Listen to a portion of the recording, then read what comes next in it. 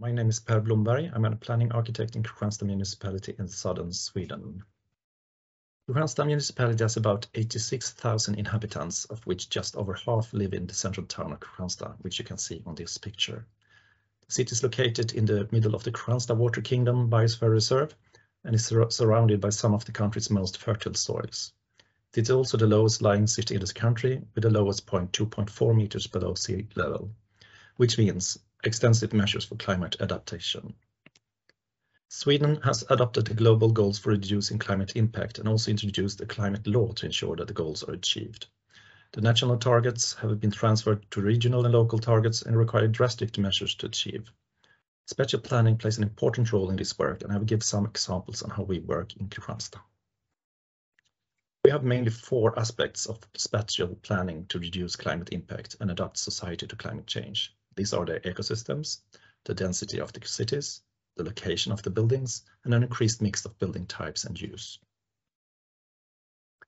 Ecosystems have a unique ability to sequester carbon through photosynthesis and then store it in plants and in the soil or in lakes and wetlands. By preserving important natural areas and restoring affected ecosystems, the storage capacity can be strengthened. We can also increase the elements of vegetation and water in our urban environments to increase carbon sequestration.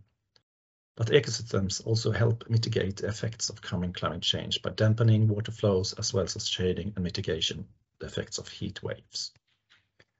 The density of cities has a major impact on energy consumption for transport. UN Habitat has presented these illustrations that show the differences in energy use in some of the world's cities in relation to density. North American cities are extremely sparse and Asian cities extremely dense, while European ones are somewhere in between.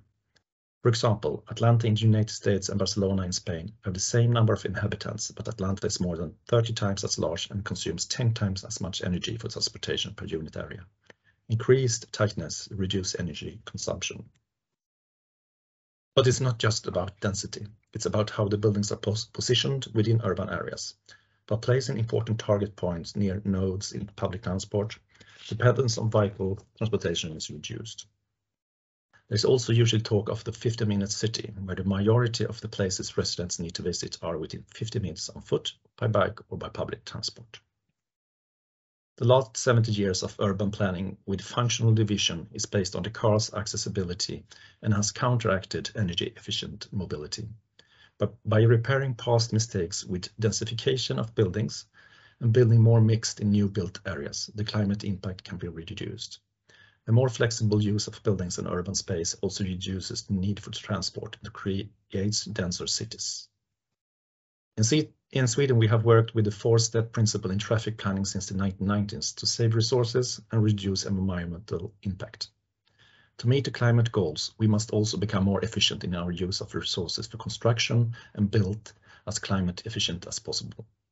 Among other things, we need to review housing size, more efficient use of existing housing, conversion of, among other things, offices to housing, and ultimately build new houses with the best technology for climate impact.